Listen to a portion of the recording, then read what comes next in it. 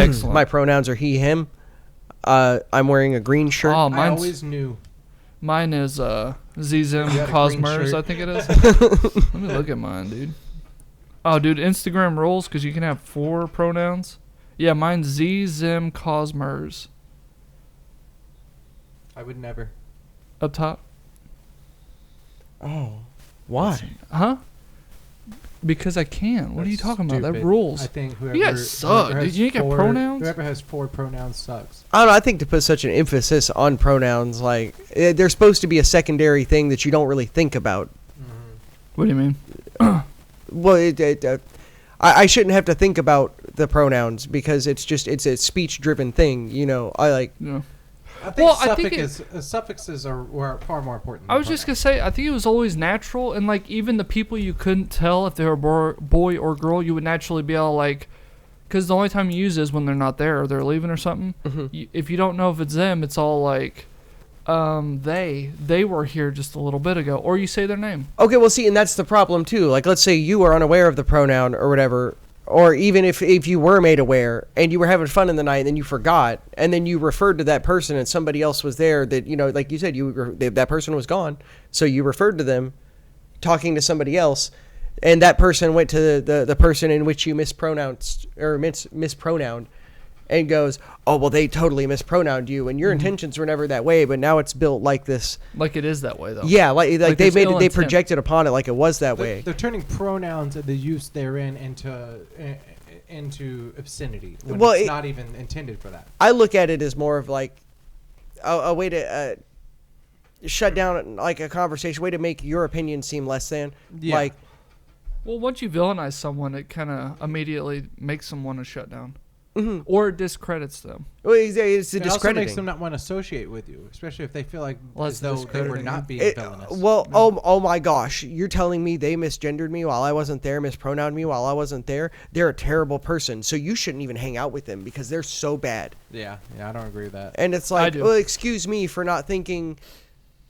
Excuse me for living in a moment for a second instead of thinking about you literally all the time. Yeah, exactly. Excuse me for not thinking it's an about unnecessary bog down of the conversation. trying to adhere to this thing that is so new in society as opposed to how I've always and was grown up to see things. Well, like I said, I'm not doing it with ill intent. Well, exactly. It's kind of like I think I take that back to, like I said, the suffixes thing when it came down to calling someone sir.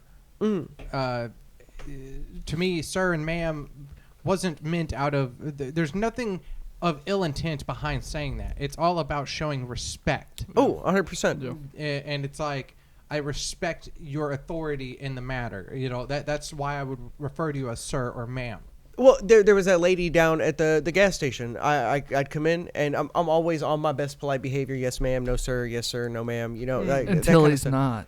And then I went in there a couple of times, and I'd call her ma'am, the lady behind the counter, and say, yes, ma'am. And she would, don't call me that.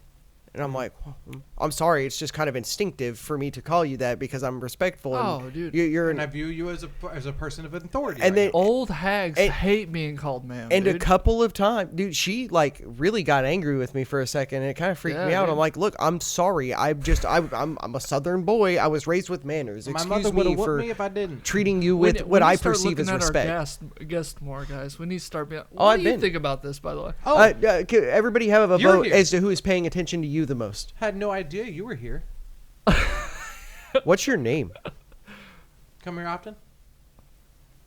We really don't care, if I'm being honest with you. All right. 2,000? Really? Tell That's us how what many you people think. you've poisoned? We want to hear what you think. I don't know if we should have them at our table, guys. Yeah. Get that microphone out of your face in case you didn't notice Is that a it. whites only end of the table?